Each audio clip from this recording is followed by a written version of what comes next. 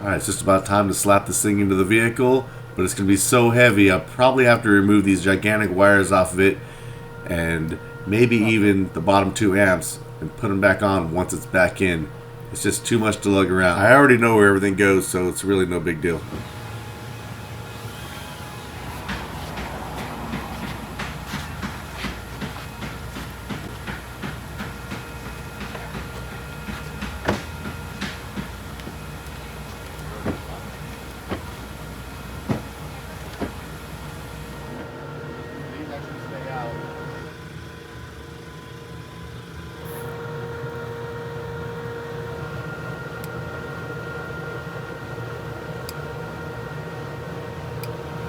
They'll slide right in between those little beams I put in earlier.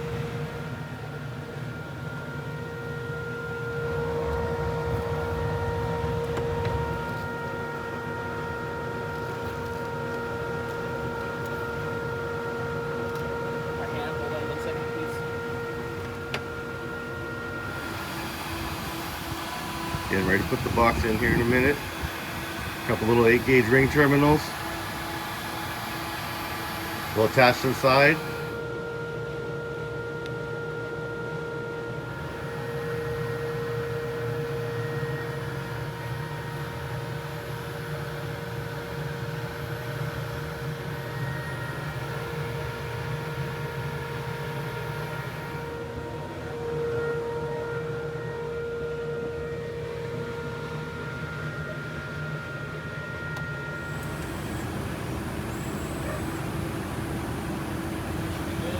See those little half-inch strips that are on the back of the box? Those are there for a reason. They give me a good place to mount the amp rack, but they also give me clearance for the wires without them being crushed.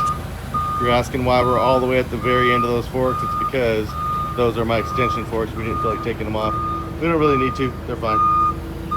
But yeah, it is way out there. And that's going to help us get it into the vehicle too without having to get up close to that hatch. So it's win-win.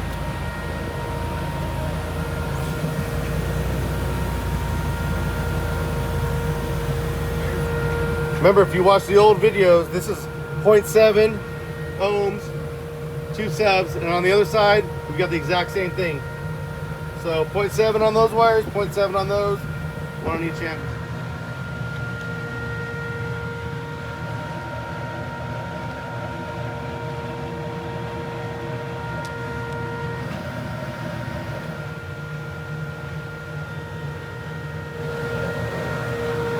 Wires all prepped.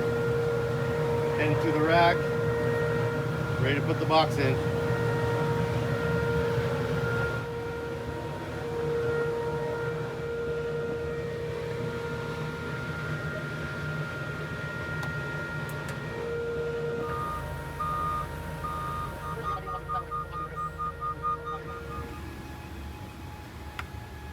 Yep, those little notches I did earlier, all the bolts lined up perfectly. Just the way they were planned. Now the rack is attached. We're ready to put the big red wires back on again. Today's progress. Still got a long way to go, but it is progress. If you're just now joining us in this video series, you might want to look back and see all the other previous build videos to kind of understand how we got to this point. That fuse block with the distro bar, that battery bank with the metal brackets holding it in place, all this little stuff that just kind of seems to pop out of nowhere was actually work. So check it all out, see how it all became what it is. Ugh. We got the fleet today. Most of them anyways.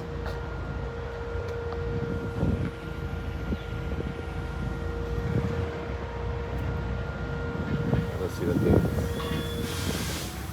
Got a little curvature on it to match the plastic.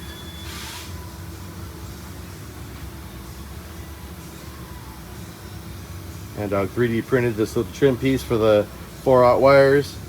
Give it a little bit cleaner of a look.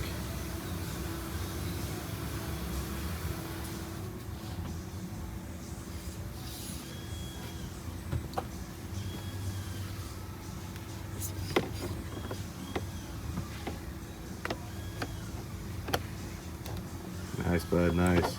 These gigantic wires right here are 4/0 Sky High OFC. These ones right here, we got 2 red 1/0 OFCs. The rest are 2/0. Same for the black, matching.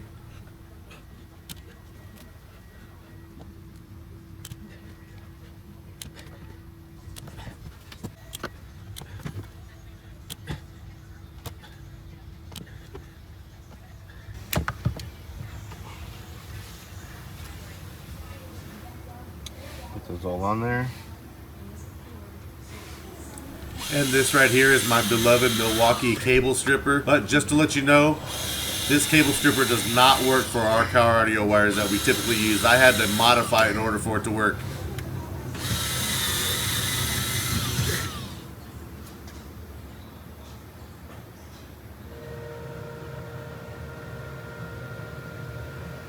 And this right here is my beloved Milwaukee cable crimper. It's for these big gigantic lugs, helps out a lot, especially when you have a lot of these things to do. When I originally bought it, I bought 2 different sets of dies, and I didn't really like either one of them, so I had my own custom dies made for me by a good friend of mine, and they work great.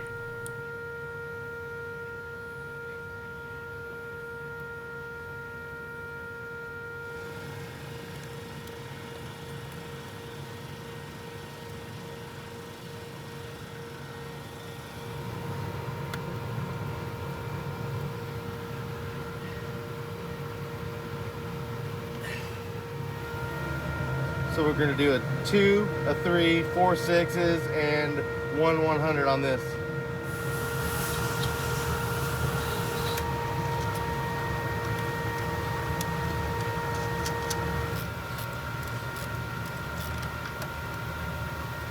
All right, we're still not finished yet, but we're close enough to where we could probably light these amps up. We got the remote on standby, getting ready to plug it in. Are you ready, Ant Dog? Let's see what these things look like. Go ahead. Hopefully they light up. Oh, oh, they do. We got a lot of light coming in the door over there. It's hard to see, but you can see they're all on. Oh yeah.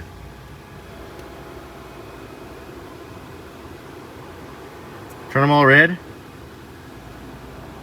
Yeah.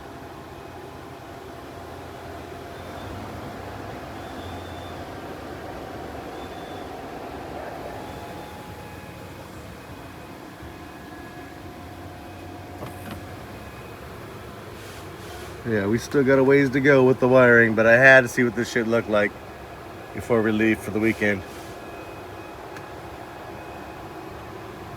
Still gotta light the processor up and the remote volume.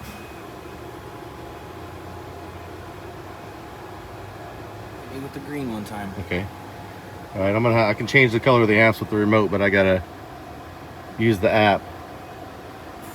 Change it. Woo! I mean, this camera is not doing it justice the way it looks in person. I think I could do like green pattern to go around the green amps too. A real quick tap in with the original RCAs from the original system that was in here. They're still really good RCAs, so we're going to keep them.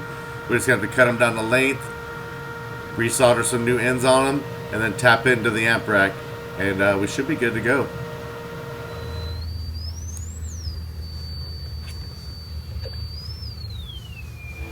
All right, here we go, July 3rd.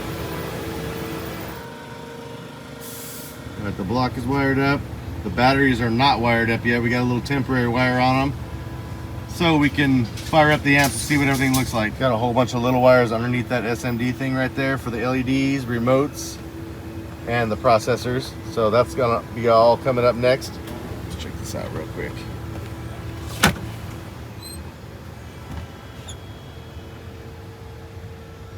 Kind of dark in here. Kind of hard to see, but you see me fire this thing up and take a look at it. Yeah.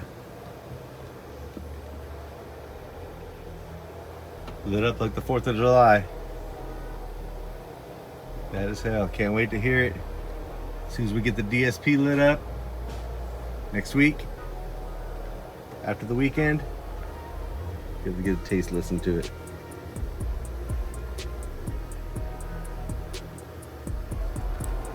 Crazy LEDs blinking and flashing everywhere isn't for everybody. I usually prefer one solid color myself, but I kind of like this. And you know, if you don't really like them, all you got to do is turn them off and they're back to normal again. Got more progress coming up soon. Got a bunch of little tiny wires to deal with, but hopefully next week we'll at least be able to hear this thing. With that, I am out of here.